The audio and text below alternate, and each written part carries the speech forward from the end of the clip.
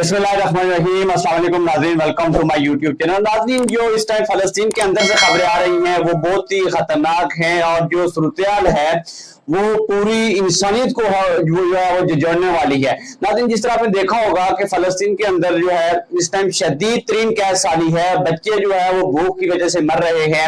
और माएँ जो है वो अपने बच्चों को गोद में लेके जो है वो खुराक के लिए दर-बदर फिर रही हैं, लेकिन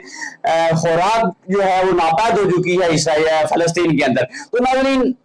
इस हवाले से जो है वो आलमी मीडिया भी इस चीज को रिपोर्ट कर रहा है। जिस तरह आपने देखा होगा कि जो भी इमदादी सामान जो है वो फलस्तीन की तरफ जाता है उसमें जो है वो इस्राएली फौज की शदीद तरीन नाकाबंदी है, जिसकी वजह से वो सामान जो है वो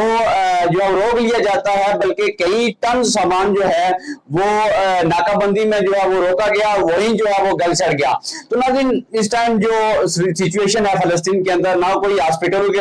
अस्पतालों में अद्वियात हैं जो कि मरीजों को दी जा सके, ना कोई इंफ्रास्ट्रक्चर का निजाम है, ना कोई तालीम का निजाम बचा है, और खास तौर पे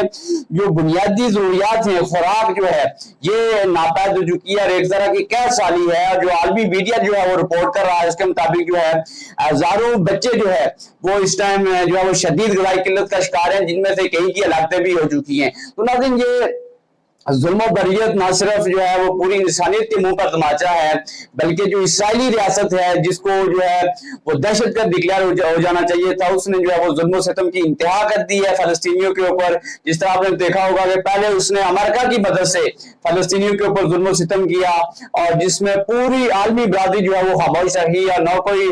जो आलमी कवानीन है उनको जो है वो उन पर अमल दरामद किया गया, बल्कि जो है वो फलस्तीनियों की मुनज़्ज़म तौर पे नस्ल कशी की गई। और अब जो सूरत-ए-हाल है वो ये है कि बच्चे जो है वो भूख से मर